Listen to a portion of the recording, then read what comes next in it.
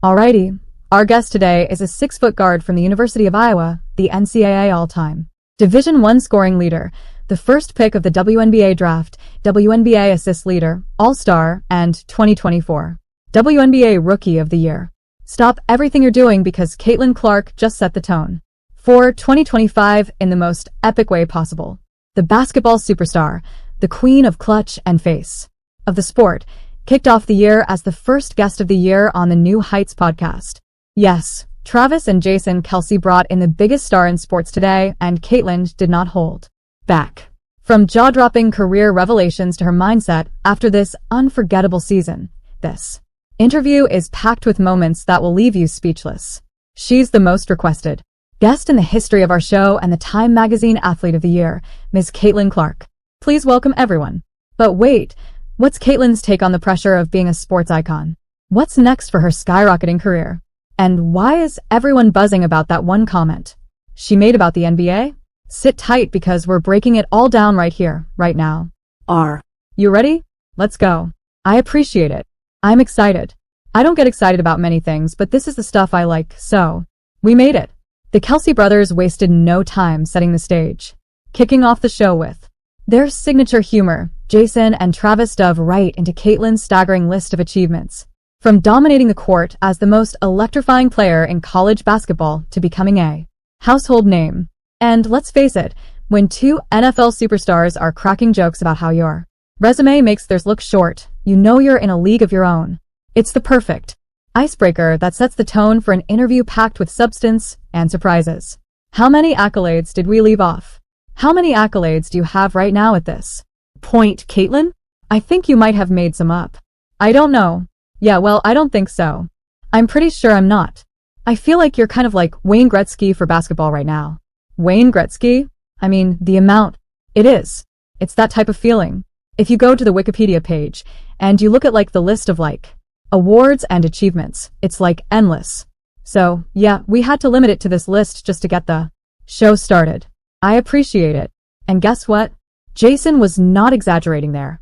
She achieved at least 40 records and honors during her senior season at Iowa and broke a staggering 62 records during her freshman WNBA season. This doesn't even include all her accolades during her first 3 years of college. The entire list is so long, Wikipedia decided to create a separate page for Caitlin's records and achievements. Is there any accomplishment, I guess, of all these accolades that has meant the most to you? Oh, gosh, that's a good question. Well, I give you the answer my mom would say is probably academic All-American. She was proud of me for being a good student in college. Love that answer. Nobody talks about that. I did all right in school, so hung in there. But other than that, I mean, they're all cool, but you don't really care. It kind of just comes with that. It comes with having fun. Caitlin then shifts gears, bringing a heartfelt moment to the conversation. She shares how her mom is over the moon about her being named an academic All-American, a title that, to her family, means just as much as her dominance on the court. Caitlin explains that all these accolades are just byproducts of putting in the work and genuinely enjoying the game. Breaking records? That was never her aim. But then comes the gold. Caitlin opens up about what she thinks is her coolest achievement so far.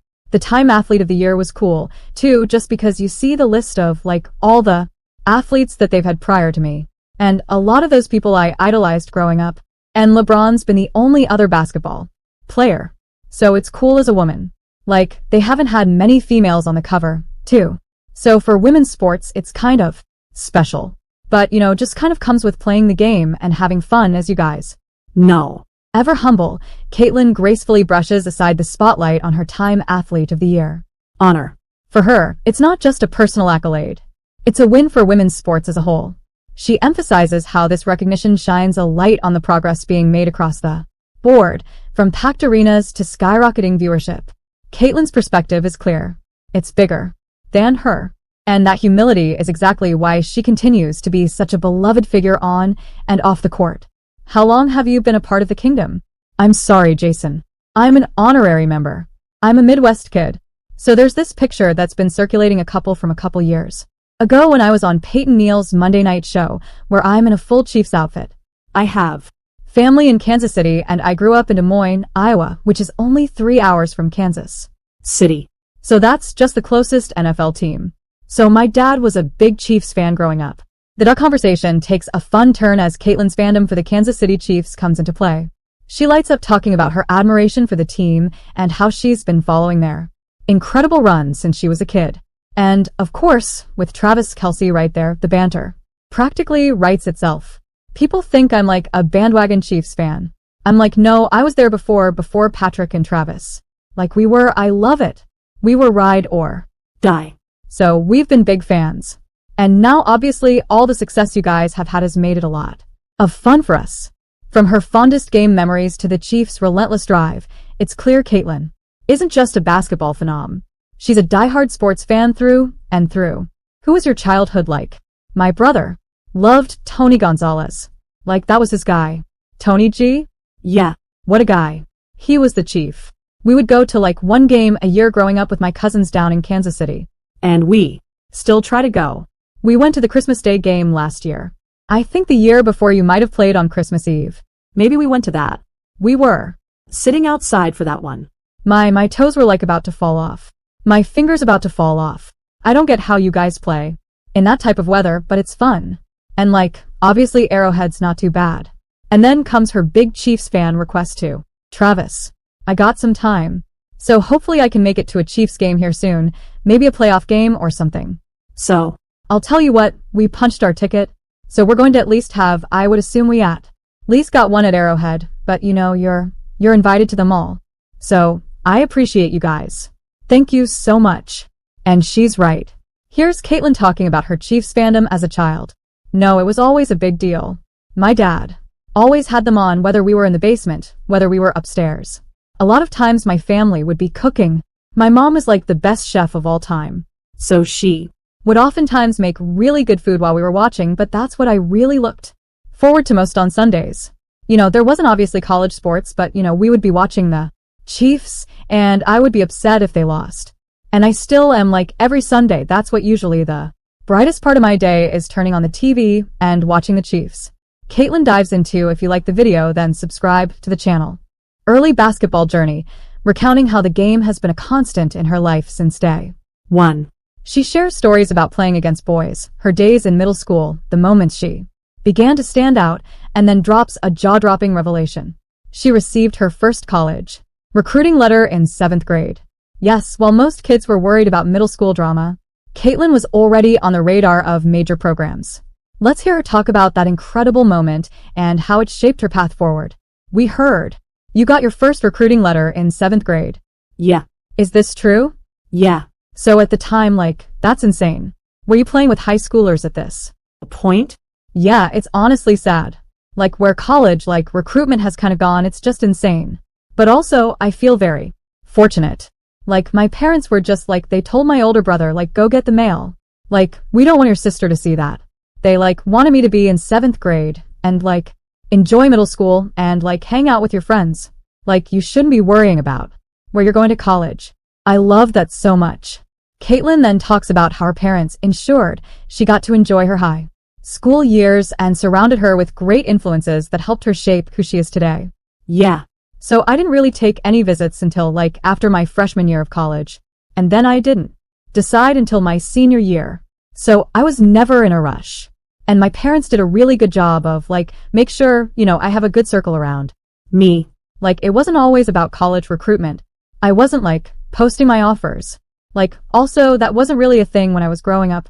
So, the trio then joke around how college recruitment has become a social media frenzy and reminisce about the good old days. She's 22, and she's already talking about how times have changed. She's clearly mature way beyond her years. It is now. I mean, it had to be close to when you were growing up. I mean, yeah, it was close. Like, people were starting to do it, like, post, like, oh, I got an offer from here. I got an offer from here. And especially in basketball. Now it's all you see on social media. It's like only people talk about. It's crazy. But obviously, times have changed too. But, oh, times have changed. Yeah. 7th grade was wild. And I was playing up, like, 2 years, so I was playing with high schoolers. But yeah, I didn't really, like, think anything of it. Like, I was just going out there and hooping and having fun. And it's kind of just what came with it. Caitlin reflects on her rookie season, a delicate balancing act between blending in with her team and standing out as a player destined for greatness. She explains how she navigated the challenges of stepping into a competitive environment while staying true to her style of play. It's a fascinating look at the mindset of an athlete who knows when to lead, when to listen, and how to elevate the entire team without overshadowing the collective effort. And you come in as a rookie. And like you said, you're trying to figure out a new environment, new teammates. You don't want to say too much. You don't want to say too little. And it's just so hard. But in my scenario, and obviously you guys too, you're already highly thought of. People are turning to you to be something or be someone. So it's hard. You're trying to get your feet wet, but also not do too much. And I think that's kind of what I struggled in early on is I don't know what to say. I don't know how to say it. I don't know how they're going to react. Caitlin takes a moment to shine the spotlight on her veterans and teammates, giving them full credit for helping her transition smoothly into the game at the next level. She speaks with gratitude about how their guidance, encouragement, and shared experiences helped her find her footing. For Caitlin, it's clear that while her talent is undeniable, it's the support of those around her that has truly made the journey so rewarding. For not knowing you nailed it, but also I had a lot of really good vets around me too.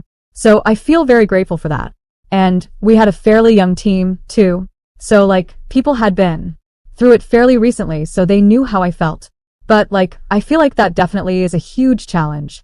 And that goes for whatever professional sport, you're trying to learn, but also people are looking at you you got to perform. And be what they drafted you to be.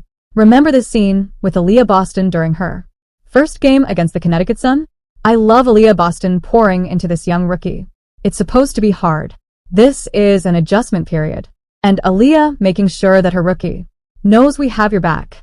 Or how about when Erica Wheeler embraced Caitlin from day one? For me, I just wanted to get ahead of it because I know this transition is tough. Just being undrafted and being a rookie is very unlikely that a vet, just take you in when you got the same position. These are the kind of veteran leadership that helped Caitlin grow during her first year as a pro. Thanks for watching and subscribe my channel.